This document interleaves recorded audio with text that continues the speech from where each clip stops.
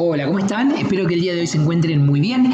Hoy vamos a continuar sobre el tema que estábamos trabajando la vez pasada, que es las unidades de medidas de almacenamiento para computadora y las unidades de frecuencia. Bueno, vamos a trabajar, como les dije, unidades de medida, unidades de frecuencia y un poco de hardware interno. Dentro de un sistema de información, nosotros cuando, por ejemplo, en la computadora apretamos la tecla A, lo que nosotros vamos a ver en pantalla es esto, ¿bien? Una A. Pero en realidad lo que va a pasar adentro, la computadora va a interpretar eso en su sistema binario, ¿bien? Las computadoras no manejan letras e imágenes como nosotros vemos, eso lo use para que podamos entenderlo. De forma interna, la computadora se maneja con el sistema binario, ¿bien? Sistema binario se llama así porque tiene solamente dos dígitos, el 0 y el 1. A diferencia de nuestro sistema decimal, que tiene 10 dígitos, el 0, el 1, el 2, el 3, el 4, el 5, el 6, el 7, el 8 y el 9. Cualquier número que yo quiera representar o cualquier cantidad, la voy a tener que hacer combinando esos 10 dígitos. ¿Bien? Lo mismo pasa con el sistema binario. El sistema binario se maneja solo con dos dígitos y cualquier símbolo que quiera reflejar lo va a hacer combinando estos dos dígitos, ¿bien? El 0 y el 1. De esta forma, cuando nosotros en la computadora apretamos la tecla A, la computadora en su sistema interior interpreta este código 010001. Eso lo toma como la letra A. Cuando yo aprieto la tecla espacio, ¿no? Para dejar un espacio entre una letra y otra, eso también es un símbolo, ¿bien? Es un símbolo vacío. La computadora eso lo interpreta con este código binario, ¿bien? Cuando aprieto la C, la computadora lo interpreta con el que le corresponde, ¿bien? Bueno, así es como se manejaría la computadora, interpretando todas las letras, todos los números y todos los símbolos que yo voy a trabajar de forma binaria, ¿bien? Combinando de diferentes maneras estos unos y estos ceros. Dentro del código binario se maneja, bueno, como lo vimos, con ceros y unos, ¿bien? Hay un grupo de 8 números que son las combinaciones posibles para que la computadora pueda interpretar todas las letras, todos los números y todos los símbolos. Con este grupo de 8, la computadora puede hacer 256 combinaciones posibles, ¿bien? A la parte más chiquita se le llama bit, ¿bien? Es decir, a uno solo de estos números, de este grupo de números, se lo conoce como bit. Bien, viene del inglés binary digit o dígito binario, es decir, uno solo de estos dígitos binarios. A este grupo de 8 se lo conoce con el nombre de byte, bien, que significa binary term o en castellano término binario. Es decir, el grupo de 8 bits, bien, de 8 dígitos binarios, va a ser un byte, bien, un término binario. Y este grupo de 8 puede tener las 256 combinaciones que habíamos visto antes para poder tener todos los números, todas las letras y todos los símbolos que yo puedo llegar a necesitar para que la computadora interprete todos los comandos que quiera darle. Dentro de las unidades de almacenamiento hay una escala de valores de almacenamiento que algo de esto habíamos visto la vez pasada.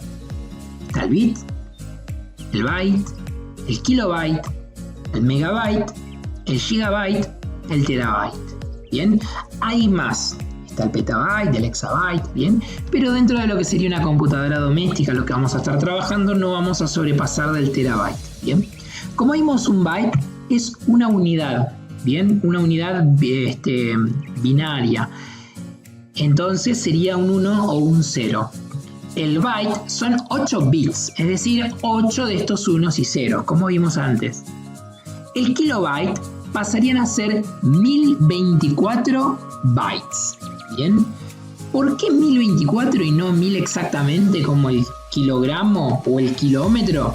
Bueno, en los sistemas binarios los números son exponenciales, es decir, siempre se duplica la cantidad anterior. Entonces, si yo tengo, por ejemplo, en este caso, 1, el doble puede ser 2. El doble de 2, 4, el doble de 4, 8, el doble de 8, 16, el doble 32, el doble 64, el doble 128, el doble de eso sería 512, el doble sería 256 y el doble sería 1024. Por eso en este caso los kilobytes, a diferencia de los kilómetros y los kilogramos, no es 1000 exactamente, sino 1024, por la naturaleza propia del bit, que es binario y que sus bases son exponenciales.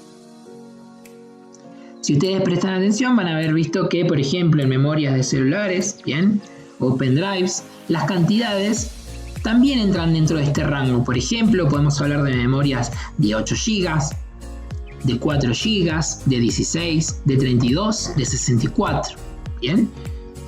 Porque también están basadas en este sistema de almacenamiento. Bueno, el que continúa después del kilobyte es el megabyte, que son 1024 kilobytes. Bien, el gigabyte son 1024 megabytes y el terabyte son 1024 gigabytes. Como ven, cada escala son 1024 de la anterior. Bien, repasamos. El bit es el 1 o el 0 de la escala binaria. El byte es el grupo de 8 bits que puede formar una letra, un número o un símbolo. El kilobyte es 1024 bytes. El megabyte son 1024 kilobytes. El gigabyte 1024 megabytes. El terabyte 1024 gigabytes. ¿Bien? Esas serían las unidades de almacenamiento. Ahora, eso dentro de la computadora funciona de la siguiente forma. La computadora no tiene unos y ceros realmente, digamos que eso es una manera que tienen los programas de interpretar lo que pasa dentro de la computadora. La computadora internamente funciona con corriente, ¿bien? Y cuenta ciclos de 8, cuenta 1, 2, 3, 4, 5, 6, 7, 8 y repite el ciclo 1, 2, 3, 4, 5, 6, 7, 8. En esos ciclos, por ejemplo, si en el ciclo 1 recibe corriente, la computadora en el circuito recibe corriente y lo interpreta como 1. Si en el siguiente ciclo no recibe corriente, lo interpreta como 0. Bien, si en el siguiente ciclo vuelve a interpretar corriente, lo interpreta como 1 de vuelta. Si en el siguiente ciclo vuelve a no recibir corriente, lo va a interpretar como 0. Bien, es decir que en el ciclo en el que la computadora recibe un golpe de corriente, lo interpreta como un 1. En el ciclo en el que, como ahora, no va a recibir un golpe de corriente, lo interpreta como 0. Bien, y así en este contador que va contando de 8 y repite, cuando cuenta 1, 2, 3, 4, 5, 6, 7, 8, cierra el bloque. En ese instante cuenta cuántas veces recibió corriente y cuántas veces no. Las veces que haya recibido corriente lo interpreta como un 1, las veces que no haya recibido corriente lo va a interpretar como un 0. Bien. Ahora vamos a las unidades de velocidad. Bien. Las unidades de velocidad miden cambios en una cantidad de tiempo. La unidad de velocidad se mide en hertz. Bien. Un hertz quiere decir un cambio por segundo. Es decir, la computadora va a entender el cambio entre 1 y 0 una vez por segundo. Es decir, estos golpes de corriente que hablábamos hace un ratito, va a recibir solo 1 por segundo. 1 kilohertz son 1000 hertz. Es decir, que 1 kilohertz serían 1000 cambios por segundo. Bien, como ven, se está repitiendo lo mismo que en las unidades de medida tradicionales, como el kilogramo, el kilómetro o el kilobyte. Bien, son 1000. 1 megahertz son 1000 hertz. Bien, como ven, esto se repite parecido a la escala anterior de los kilobytes y los megabytes. Bien, bueno, el que va a seguir en la escala es el gigahertz, como el gigabyte. Bien, 1 gigahertz son 1000 megahertz. Bien, es decir que entonces 1 hertz sería un cambio por segundo. 1 kilohertz son 1000 hertz, o sea, 1000 cambios por segundo. Si nos pasamos al gigahertz sería 1000 por 1000 por 1000, es decir que el gigahertz serían 1000 millones de cambios por segundo. Es decir que la computadora va a poder interpretar este cambio de 1 y 0 1000 millones de veces por segundo. Hoy en día, un procesador o una memoria se maneja en la escala de mega o de gigahertz, según si es procesador o memoria. Bien. Un procesador actual está para una computadora, entre los 3 GHz o los 4, ¿bien? Va entre esa escala, entre 3 y 4, puede ser 3,5, que serían 3500 MHz, ¿bien? O 3,5 GHz. Y en un celular puede andar entre el 1 y el 3 GHz, ¿bien? Es decir, que va entre 1000 millones de cambios por segundo y 3000 millones de cambios por segundo entre este 1 y 0 que hablamos antes. Ahora vamos a pasar al hardware interno. Bien, el hardware interno, al revés del periférico que vimos la vez pasada, es lo que está dentro del gabinete de la computadora. Y dentro del hardware interno podemos encontrar a la memoria RAM,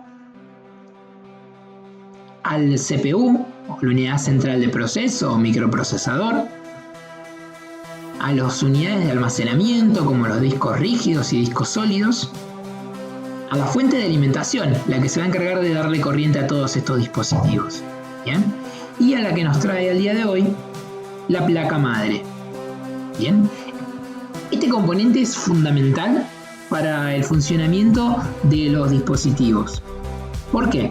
A la hora de armar una computadora o comprar una, tengo que tener muy en cuenta este componente fundamental, porque todos los demás componentes, incluyendo los periféricos, se van a conectar en este componente, la placa madre. Es la placa más grande que van a encontrar dentro de la computadora y sobre la cual van a poder conectar todo el hardware que van a necesitar para armar la computadora. Bien, si tenemos una placa madre básica, por más que querramos ponerle componentes actualizados o de última generación, o no los va a tomar, o van a funcionar más lento, porque este es el encargado de comunicar todos los hardwares. Lo mismo con el periférico.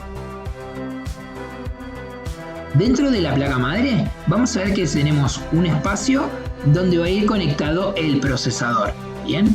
O el CPU, la unidad central de proceso. Un socket o un zócalo donde va a ir conectada la memoria RAM, ¿bien? Es decir, que también depende de la placa madre cuántas memorias RAM le puedo poner, de cuánta velocidad, ¿bien? Y de cuánta capacidad de almacenamiento. También tengo el panel trasero, ¿bien? En la placa madre, es decir, lo que voy a yo poder conectar por medio de USB, salidas de sonido, salidas de video y de red. También tengo los puertos PCI, donde voy a poder conectarle cualquier expansión que yo le quiera hacer a la computadora. Bien, los puertos PCI también se conocen como ranuras de expansión, porque acá es donde yo le puedo poner, por ejemplo, un adaptador de red Wi-Fi. Bien, puedo conectarle, como es en este caso, en un PCI Express, una placa de video, bien, para tener mejores gráficos a la hora de jugar juegos, por ejemplo. Bien, bueno, también puedo conectar los puertos SATA. En los puertos SATA yo voy a conectar lo que serían mis discos, mis unidades de almacenamiento, donde se van a guardar mis programas, mis fotos, mis trabajos. También en estas unidades puedo conectarle una lectora de DVD para poder tener, ver DVDs dentro de la computadora. Dependiendo de la placa madre y la velocidad que tengan los puertos SATA de esa placa madre, es qué tan rápido voy a poder copiar trabajos, qué tan rápido se van a abrir los programas que yo tenga dentro de la computadora, bien, a qué velocidad voy a poder copiar o leer dentro de lo que sería una grabadora de DVD o ver archivos dentro de mi computadora. También dependiendo de la placa madre es qué tan grandes son los discos que puedo poner en mi computadora y en base a eso cuánto almacenamiento voy a poder tener en la computadora. Como vemos, la pieza fundamental que tenemos que tener en cuenta a la hora de armar, ver o comprar una computadora es qué placa madre voy a tener. En base a eso es, por ejemplo, qué procesadores voy a poder tener.